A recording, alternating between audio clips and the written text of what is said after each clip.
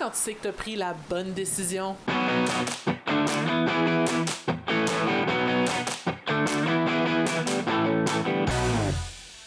En novembre 2020,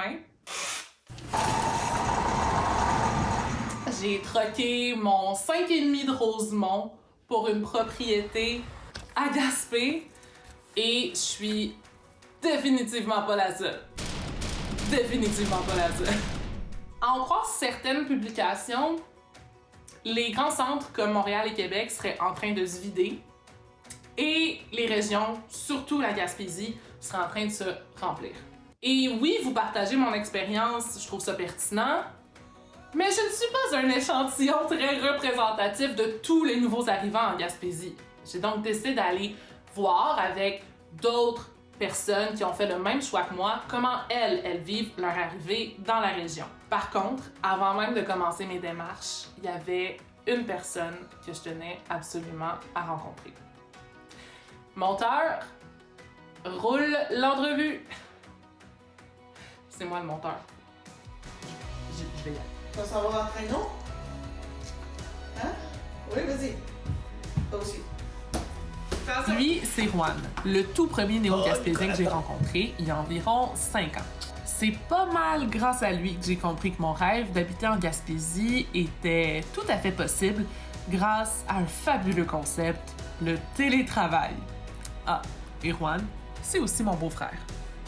Moi, en fait, tu sais, je viens d'une grande ville, Lima, et juste pour te montrer, pour te dire un exemple, c'est à peu près 6 à 7 fois plus grand que Montréal. Alors, pour moi, Montréal, c'est une métropole, bien sûr, mais c'est une petite métropole, plein de services, avec des belles choses.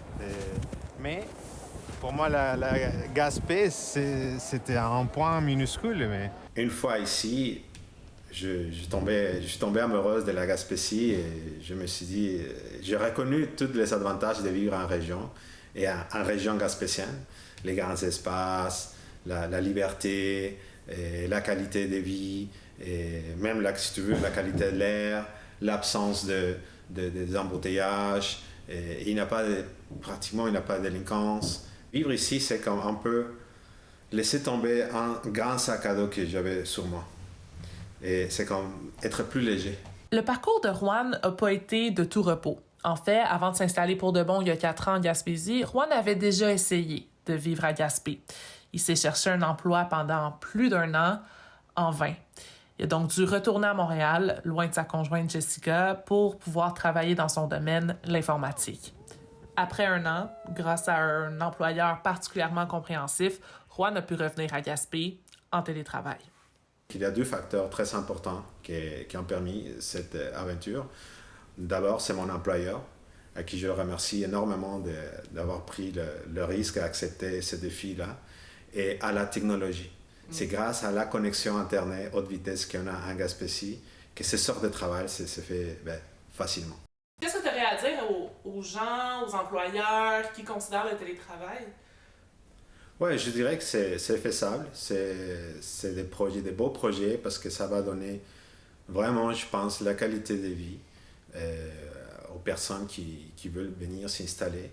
Et comme ça, je pense que tu peux avoir des employés plus productifs, contents, qui, après, une fois que la journée est finie, tu passes en mode gaspésien. Cet été, j'ai acheté une débroussailleuse, une telle chose que je ne savais pas c'était quoi avant même d'immigrer. Et je l'ai découvert ici, je l'ai acheté et je commençais à faire à dégager un peu le terrain pour faire le petit sentier. Et du coup, à un moment donné, ça m'a pris comme 3 jours quand même pour le faire. Et je me suis dit, comment est-ce que je me suis rendu là, à Gaspésie, acheter une débroussailleuse, à dégager un peu mon terrain pour me rendre la piste cyclable. Avec le déménagement de ma conjointe, que j'ai pris le défi, je l'ai accepté, cette aventure, et je me suis dit, on va essayer. J'ai déjà quitté mon pays pour un pays tellement différent comme le Canada, et je me suis adapté, j'ai pu. Et j'étais en France et je me suis adapté à la culture française, pendant 2 ans. Je me suis dit, ça ne doit pas être terrible d'être à Gaspé. Mais c'est grâce à elle et surtout à sa famille que j'ai pu découvrir c'est quoi vivre à Gaspé. J'ai parlé avec quand même plusieurs représentantes de Carrefour Jeunesse Emploi en Gaspésie. Et ce qu'elles m'ont dit, c'est que oui, le télétravail était quand même connu en Gaspésie avant la pandémie, mais c'est vraiment depuis quelques mois, à cause de la COVID-19, que le télétravail est de plus en plus populaire dans la région. Reste que la majorité des nouveaux arrivants viennent s'installer en Gaspésie pour occuper des emplois gaspésiens.